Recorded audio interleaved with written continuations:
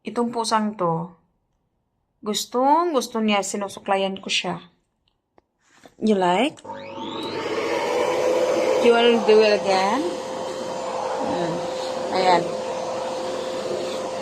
Hindi ka problema pag suklay nito kasi gustong-gusto niya. Pag narinig niya yung machine, siya na ang kusang uupo dito. Napaka-behave niya. Walang reklamo.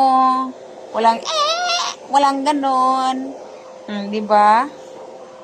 Kaya love na love ko ito si Marbo. Kasi, napaka-behave niya. Sumusunod siya sa gusto kong gawin sa kanya. Ayan, siya pang nagkusang umupo dyan para suklayan ko siya. Yung maliit, ay Diyos ko, ang hirap suklayan ito. Yung maliit. Takot siya sa machine. Ito, gustong-gusto niya magpagwapo. Right, Marble? Done. Potato now. Next, potato. Potato. Narinig niya ang kanyang pangalan. Potato. Come here, baby. Potato. Patayin ko para siya lumapit. Potato. Come here. Nangyari, maglaro kami para lalapit siya sa akin. Kasi ito, medyo may takot din to sa machine. Potato. Come here. Come here, la.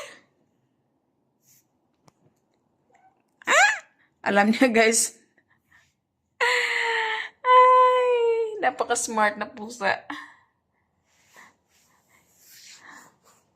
Potato.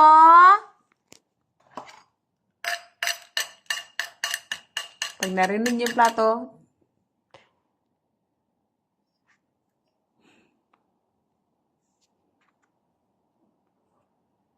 Potato. Come here. Tumayo na si Bibol. Bibol? Potato? Come here, baby. Ubos na yung pagkain mo. Kinain ni Marbo. Sit down here. Potato? Potato? You want toilet? You want to use toilet? Use the other one in the kitchen. Potato.